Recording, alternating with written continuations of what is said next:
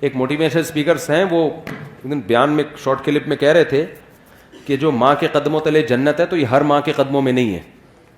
My question is کیا ہر ماں کے پیر تلے جنت ہوتی ہے؟ تو پھر ابو لہب کی بیوی کے پیر بھی تلے جنت ڈالے نا. سوچنے سے یہ صرف وہ والی ماں کے پیر تلے جنت ہے جو اللہ کے اصولوں میں بچے کو بالغ کرے گی. یہ پاکستانی اصولوں کے اوپر بالغ کر کے جو 2 نمبری پھیلائی ہے نا ماں نے, ان کے پیروں تلے جنت نہیں ہے. بعض لوگ بات ایسے ہی کرتے ہیں کہ وہ علم صحیح نہیں ہوتا, جس کی وجہ سے معاشرہ غلط سمت میں جانا شروع کر دیتا ہے. میرا مقصد ان کا مذاق اڑانا نہیں ہے, لیکن یہ بات چونکہ اس سے نوجوان غلط گائیڈ ہو رہے ہیں, اس لیے میں نے کہا اس کی وضاحت کروں گا. موقع آ گیا تو وضاحت کرنے کا موقع مل رہا ہے. پھر انہوں نے محترم نے مثال دی کہ جو ابو لہب کی بیوی تھی جس کے بارے میں قرآن میں آتا ہے اس کے گلے میں رسی تھی اور پھندا لگا اور مر گئی, بڑی کافر عورت تھی نا. تو وہ کافر عورت تھی تو وہ بھی تو کسی بچے کی ماں ہوگی, تو کیا اس کے بھی قدموں میں جنت ہے؟ تو یعنی وہ بتا رہے تھے کہ ہر ماں کے قدموں میں جنت نہیں ہوتی بھائی, ماؤں کی بھی 2 قسمیں ہوتی ہیں, کچھ اچھی ہوتی ہیں کچھ بری ہوتی ہیں. یہ غلط گائیڈنس ہو رہی ہے. ہر ماں کے قدموں تلے جنت ہے چاہے وہ کافر بھی ہو. بات یہ کہ وہ ماں کے قدموں میں ماں کے لیے جنت نہیں ہے. کس کے لیے جنت ہے؟ اولاد کے لیے جنت ہے.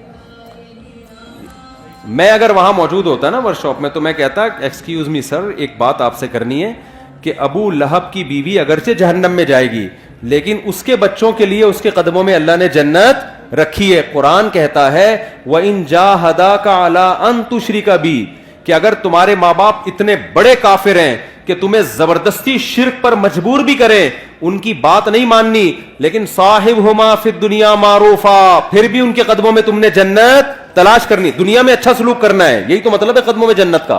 تو آج کل اولادیں ویسے ہی ماں باپ کو نہیں پوچھ رہی ہیں, اس طرح کی تقریریں آئیں گی تو پھر اپنے ابا اماں میں عیب تلاش کریں گے. وہ ہر بچہ جا کے دیکھا یار میری اماں تو یہ بھی کام غلط ہے, میری اماں کا تو یہ بھی حرکت ٹھیک نہیں ہے, تو اس کا مطلب میری اماں خود ہی جنتی نہیں ہے, تو اس کے پاؤں میں کہاں سے جنت آ گئی؟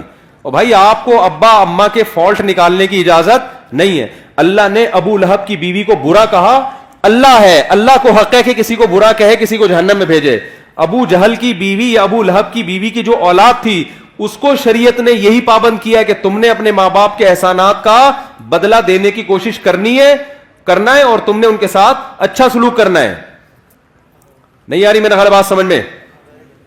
تو آپ کو تو حکم ہے کہ آپ کے ابا اچھے ہیں برے ہیں, بھائی آپ کو اچھا سلوک کرنا ہے.